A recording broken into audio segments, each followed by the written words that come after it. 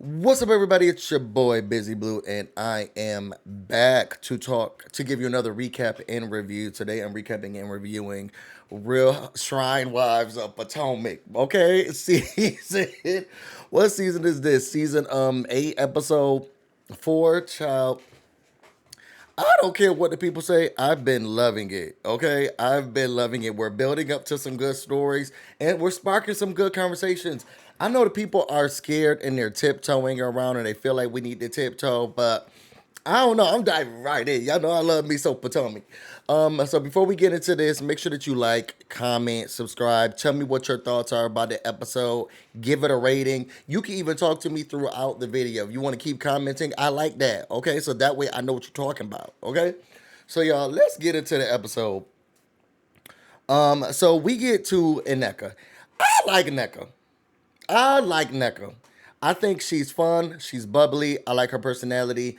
She seems like she can go there with you if she need to, but it feels like for the most part, she's very fun. She's very bubbly. She's very lovely. So I like that for her, and I like her and her husband on the show. So she's picking up her husband from DCA.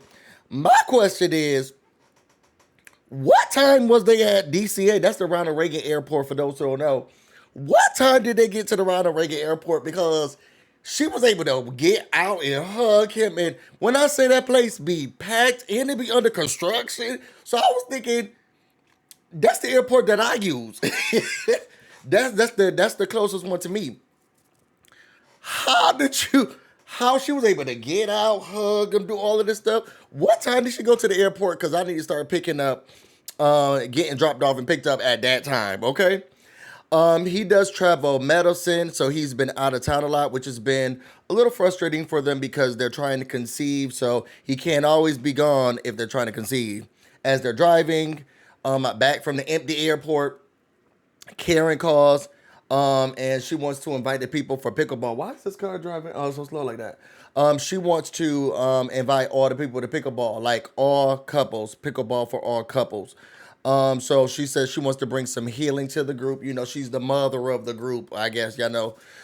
So she wants to bring the girls together. I'm sorry, y'all. The car who like lives there was driving all slow. So she was with the she wants to be the mother of the group, so she's trying to bring everyone together, make sure that everyone has, you know, what they can bring to resolve with one another. Then in the car, you know, Neka starts to talk about her cousin Lee, who called her and talked to her about this. Now it's making sense to me. Now she's saying that her sister-in-law, okay, Neka's sister-in-law Lee, is friends with Wendy's sister. Okay? And they had a problem, I guess, with her coming on the show or something. Or something. Okay? And I think what's weird is that we've seen so many photos, we've seen screenshots, we've seen all of this stuff, and there's still people online who are like, I don't believe her.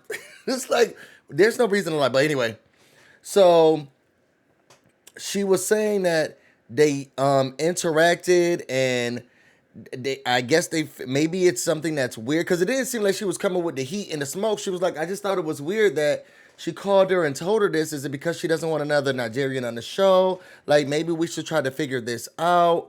And it seemed like she was just having a normal, rational conversation. And she was like, well, what about, you know, Eddie following you? Now, this is what I have to say about this. Y'all know I went to college, okay? The Howard University, okay? The Mecca. This is what I have to say about all of this. They were in the same club. Now, one, Facebook is not a place that you just subscribe to people, just random people on. Like, unless the people are doing that, y'all weird. Because this is not Instagram and Twitter. Like, Facebook are people that you kind of know personally. You know what I'm saying? So, I didn't understand.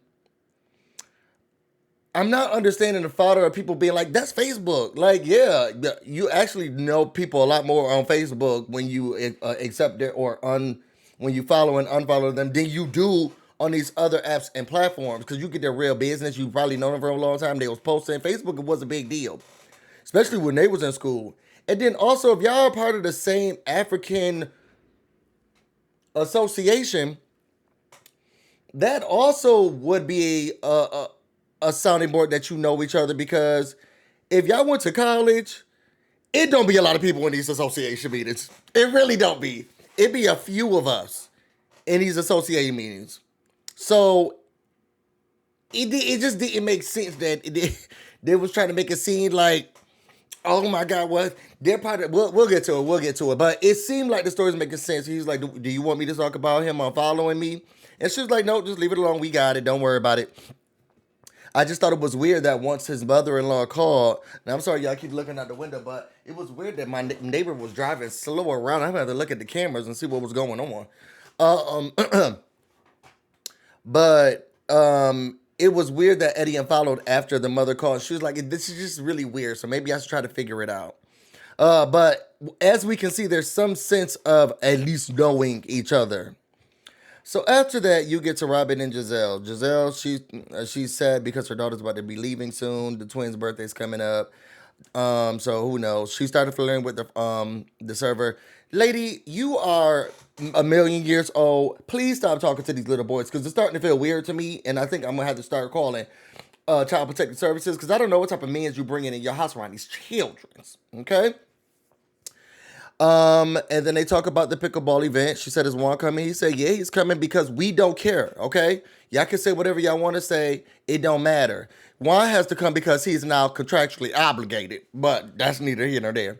Giselle said that, okay, well, let's talk about the event that we had in Atlanta, because they had a reasonably shady podcast event. She felt like, well, Juan yelled at me. He was very aggressive. It's giving Kenya more, but I'll leave it alone. He was very aggressive to me. And Robert was like, well, I couldn't really hear what y'all saying. But then she got her confessional. Was like, the only thing he said is that he didn't do it. So did you hear what he was saying? Did you not hear what he was saying? I just don't get it. It's like somebody's check up Robin's booty hole, because it seems like Juan's hand is there and she's a puppet. And then Robin, she tells Giselle about the Neka situation. And how maybe Wendy is feeling some type of way and what's going on. Moving on. Candace, she going to tell. Did y'all see Candace just pouring? Now that's like, if you want to see how to break a dishwasher, she just was just pouring all of the stuff all over it. But she's meeting with her mom, and she was talking about her promotional tour being over, and now like this one is more of like a real tour with more cities, and how she's been stressed about the finances and the funding that's coming in. Mother Dorothy was like, well, is Chris making money? Is he doing, what's going on with him? Because he stopped working at the restaurant that he was inboxing people to come to at night, and that's how he got in trouble with Ashley, and then going to people's hotel rooms with old people to tell them that left the door open, a turkey neck I'm talking about. So he left that job because Candace was like, I just can't have it anymore. Like, happy life, happy wife, happy life. So then her mother asks about Robin, and Candace was like, look, I don't got no time to think about that girl. I just don't understand what her problem was with me. At first she was on my side, then she's not on my side, seeming like she's straddling the fence. I don't get it. So they say, look, well, I'm going to go to this pickleball event. Everybody's saying pickleball, pickleball, pickleball. So we're going to go to the pickleball event and see what's going on with the pickleball, and we're going to talk to her at the pickleball. Then you get to Karen's pickleball event. Y'all, every time I see Matt, I laugh. Cut to Matt, okay? Every time I see Matt, I laugh. But the little white assistant is back, okay? And they get to the pickleball place. I don't know how... She was saying that Ray is in the pickleball, okay? That was Karen's excuse for why they going to the pickleball place. Child, Ray was like, oh, going inside to the pickle. He could barely make it up the steps. Okay, and they look like they was jumping and tossing. I don't know how to play pickleball, but I don't see Ray playing it. Okay, he seems more like a golf person. You know what I'm saying? A little putt person. But I guess I gotta go back and see if I see any clips of him actually playing. Okay, because if one of the things happened when Juan ran into the gate, You know, if they doing all of that race play in this game, no, whatever. Never mind. Y'all just we let Karen get away with anything.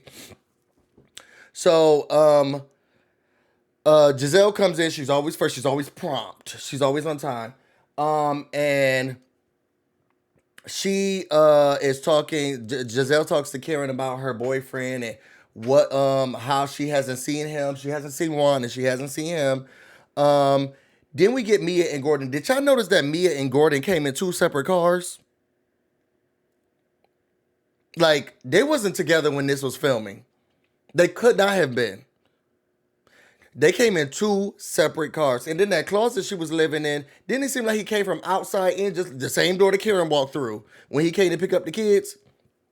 Anyway, Mia gets there. She's Karen's still not hugging her. They start playing the game. Then people start coming, right?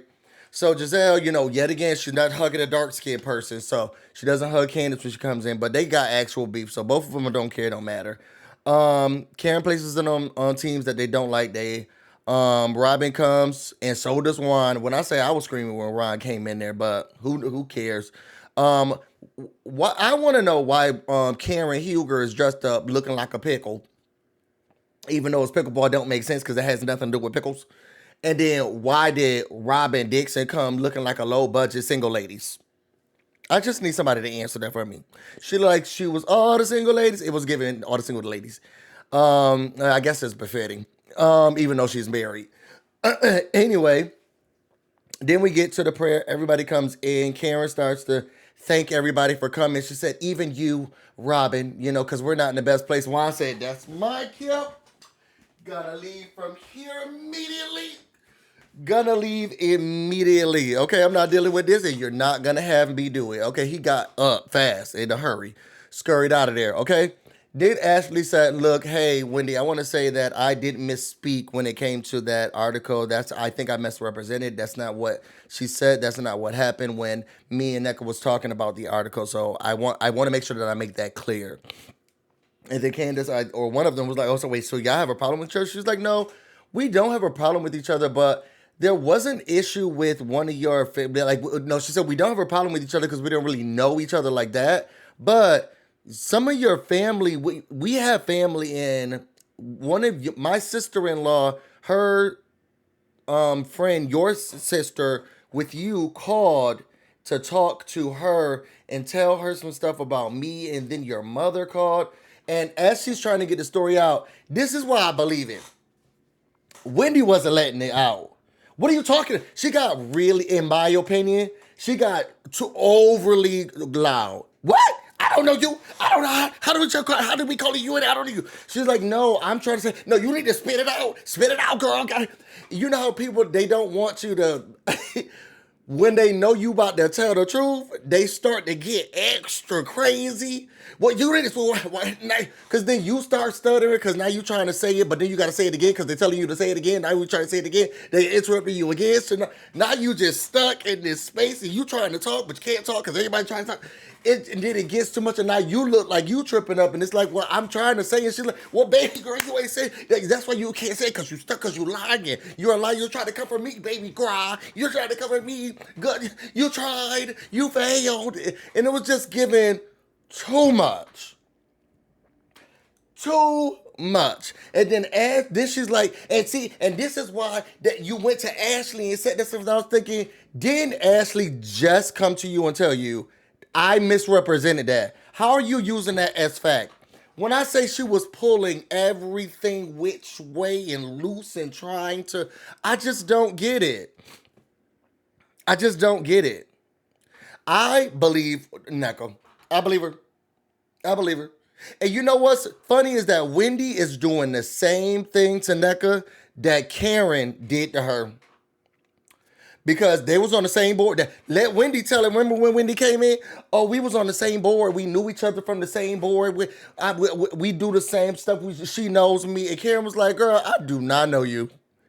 I do not know you. Now we're seeing pictures with Neka and Wendy at the same time. Her sister-in-law is friends with Ivy. They showed a photo of the phone call. Girl, your husband followed, didn't unfollow on Facebook. Girl, on Facebook. Y'all know each other. Y'all may not know each other like that, like that, like that, like that. But don't act like you don't know her. Don't act like you don't know her. Y'all may not be besties, okay? But don't act like you don't know her. And this is the same thing that Karen Huger did to you. Child, and I really felt like something was going on when the husband, Neka's husband, went up to Eddie and was like, "Oh, so you trying to act like we don't know each other? Is that what you're trying to say?" I felt it in his soul, like, you know me. Don't act like you don't. Oh, so we didn't know each other. Child, I don't know whose side y'all on. It got ridiculous. Juan dropped the food. Karen told him to come to her wub in the woman. Child, and then Ray, he seemed like he must have been asleep, taking a nap. Cause he was like, "What happened?" She was like, "He dropped the food, but it started to get on fire." Ray's like, "Wait, what?" Girl, y'all can't tell me that Ray don't play no pickleball. I believe Neka. I like the episode. I'm gonna give it a 7.5 out of 10. What y'all give it as a rating, y'all? If y'all want to know more about me and everything else I have going on, you can find me on Instagram and on Twitter, BusyBlu, no space, no E. You can also find me on Twitch, BusyBlu, where this should be streaming, I guess, right now. I'm about to go get busy, and you all stay busy. Until next time.